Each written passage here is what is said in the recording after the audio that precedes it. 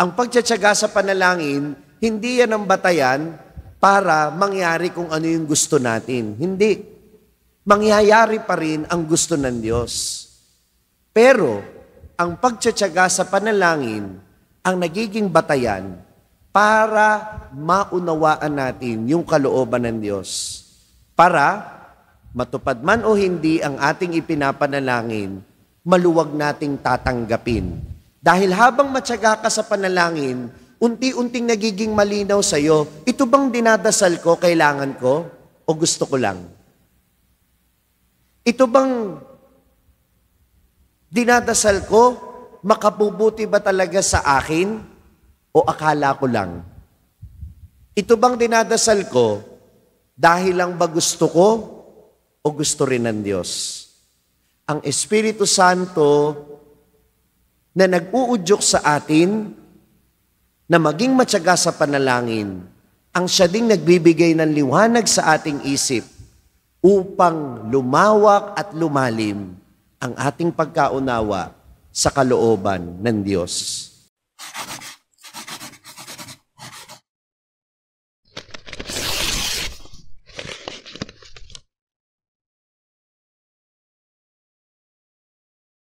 Sumainyo ang Panginoon. At sumayo rin. Ang mabuting balita ng Panginoon ayon kay San Lucas. Papuri sa iyo, Panginoon. Noong panahong iyon, sinabi ni Jesus sa kanyang mga alagad, "Ipalagay natin na ang isa sa inyo'y nagpunta sa isang kaibigan isang hating gabi at nagsabi, 'Kaibigan, bigyan mo muna ako ng 3 tinapay.' Dumating kasi ang isa kong kaibigang naglalakbay at wala akong maihain sa kanya. At ganito naman ang sagot ng kanyang kaibigan sa loob ng bahay. 'Wag mo nga akong gambalain, nakatarang ka na ang pinto at nakahiga na kami ng mga anak ko. Hindi na ako makababangon pa upang bigyan ka ng iyong kailangan.' Sinasabi ko sa inyo, hindi man siya bumangon dahil sa kanilang pagkakaibigan, babangon siya upang ibigay ang hinihingi ng kaibigan sa pagpupumilit nito. Kaya sinasabi ko sa inyo, humingi kayo at kayo'y bibigyan. Humanap kayo at kayo'y makasusumpong. Kumatok kayo at ang pinto'y bubuksan para sa inyo. Sapagkat tumatanggap ang bawat humihingi, nakasusumpong ang bawat humahanap, at binubuksan ang pinto sa bawat kumakatok. Kayong mga ama, bibigyan ba ninyo ng ahas ang inyong anak na humihingi ng isda? Bibigyan ba ninyo siya ng alakdan kung siya'y humihingi ng itlog? Kung kayong masasama ay marunong magbigay ng mabubuting bagay sa inyong mga anak, gaano pa kaya ang inyong amang nasa langit? Ibibigay niya ang Espiritu Santo sa mga humihingi sa Kanya. Ang mabuting balita ng Panginoon. Pinupuri ka namin, Panginoong Kristo. Magandang umaga po sa inyong lahat. Ang pagbati natin sa mga nakasubaybay sa pamamagitan ng live streaming. Nitong mga nakaraang araw sa linggong ito, tila nakasentro ang ating mga pagninilay tungkol sa panalangin. Sa pagdalaw ni Jesus sa magkapatid na Maria at Marta, nakita natin na anumang mabuting gawain ng isang Kristiyano ay nagsisimula at patungo sa buhay panalangin. Dahil ito ang pinagmumulan ng lakas at dito nagiging malinaw kung para saan ang lahat ng ginagawang mabuti. Kahapon, itinuro sa atin ang panalangin ng lahat ng mga Kristiyano, ang Ama namin. At sinabi natin na hindi ito tungkol lamang sa mga salitang binibigkas, kundi sa ating kaugnayan sa Diyos, tayo bilang Kanyang anak at Siya bilang ating Ama. At sa pagkilala natin ito sa Kanya ay pinalalalim ang ating ugnayan sa Diyos. At ngayong araw na ito, muli na namang isinesentro ang ating atensyon sa panalangin bilang pagpapalalim ng ugnayan at pagpapalawak ng karunungan tungkol sa kalooban ng Diyos. Nakatutuwang isipin na itong pagtuturo ng panalangin ay naganap nang si Jesus at ang kanyang mga alagad ay papunta na sa Jerusalem. Alam natin kung anong mangyayari sa Jerusalem. Anong mangyayari sa Jerusalem? Ha? Anong mangyayari sa Jerusalem? Doon, magpapakasakit at mamamatay ang Panginoong Jesus. At ang pagtuturo ni Jesus tungkol sa panalangin ay tila paghahanda sa kalooban ng kanyang mga alagad sa mga panahong panghihinaan sila ng loob dahil sa kanilang masasaksihan, dahil sa kanilang mararanasan doon sa Jerusalem. Because in times of crisis and difficulties, in times of darkness in our lives, kapag wala na tayong makakapitan, yung panalangin ng ating panghahawakan. Kaya inihahanda ng Panginoon ang puso ng kanyang mga alagad na sa oras na maranasan na nila itong mga paghihirap na ito at masaksihan nila ang kadiliman na mangyayari sa buhay ni Jesus, yung panalangin ang kanilang panghahawakan. Nakikinig pa kayo? Ganon kahalaga yung panalangin sa buhay natin bilang mga Kristiyano. At ipinapaalala sa atin ngayon na huwag lamang mapako ang ating atensyon sa panalangin bilang paghingi. Ang panalangin ay hindi lamang yung pagnanais na makamit ang ating mga hangarin. Okay, sabihin natin, Father, bakit sinabi sa Ebanghelyo ngayon? Humingi kayo at kayo'y bibigyan. Humanap kayo at ang pinto'y bubuksan para sa inyo, sapagkat tumatanggap ang bawat humihingi, nakasusumpong ang bawat tumatanggap, at binubuksan ang pinto sa bawat kumakatok. Itong mga talata na ito, kapag ang nakikinig ay maraming pangangailangan sa Diyos, napakasarap hong pakinggan. Amen po ba yun? Na para bang lahat ng hilingin mo, ibibigay sa iyo. Totoo ba yun? Hoy, totoo ba na lahat ng hilingin mo sa Diyos, ibibigay sa iyo? Oo o hindi? Hindi. Bakit? Tanong niyo sa akin, bakit? Tuloy natin ang basa. Ang problema kasi sa atin, kaya namamali tayo ng intindi, iniintindi lang natin yung gusto nating intindihin. Yung mga ibang preacher, yung ibang mga pari, yung mga ibang mangangaral, puputuli na doon. Ang problema, binibigyan ng maling pag-asa yung mga tao. Humingi kayo, kaya kahit hanungin nyo, bibigay sa inyo. Humingi kayo at kayo bibigyan, kumatok at kayo bubuksan. Kaya kahit anong hilingin ibibigay. Hindi! Sabihin nyo, basa.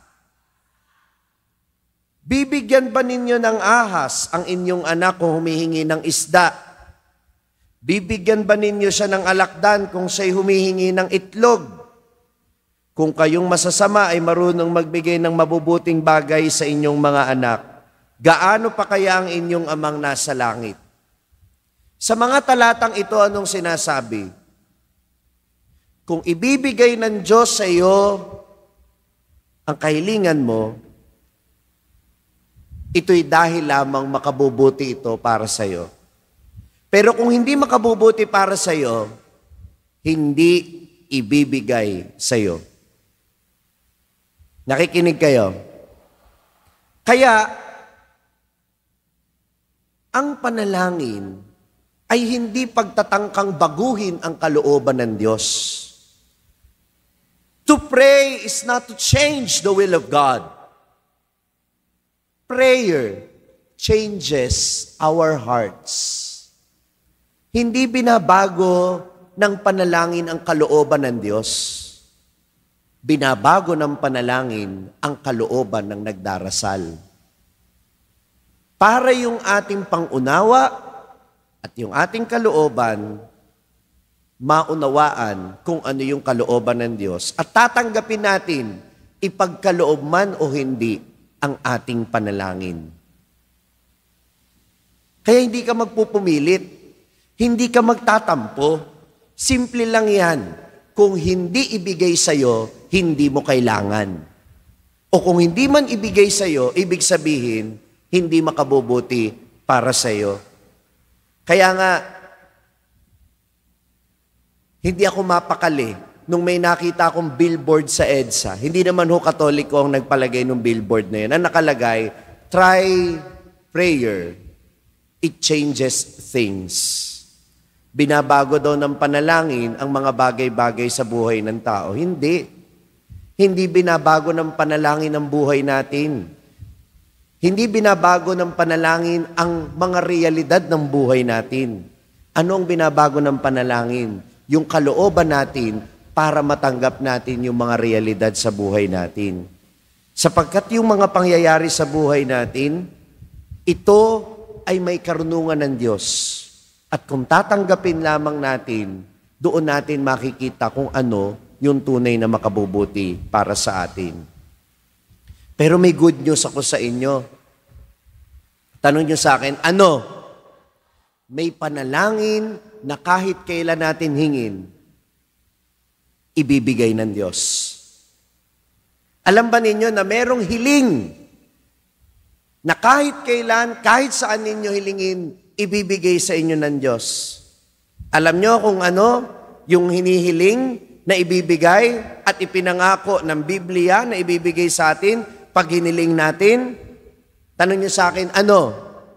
O babasahin natin, ha? Nasusulat. Sabihin ninyo, basa. Ibibigay niya ang Espiritu Santo sa mga humihingi sa Kanya. Yun pala ang hindi kayang tanggihan ng Diyos. Pag hiniling natin ang Espiritu Santo, ibibigay sa atin. Tanong niyo sa akin, bakit?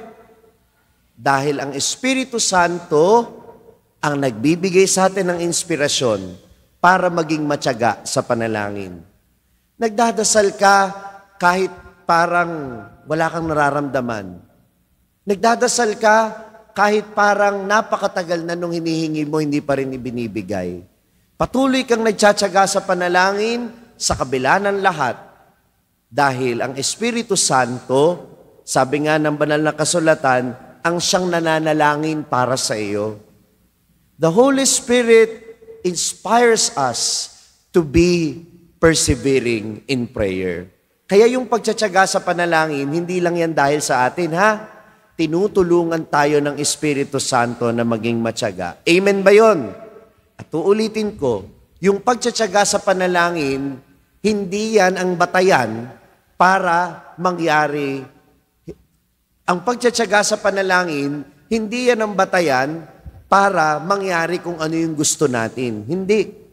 Mangyayari pa rin ang gusto ng Diyos.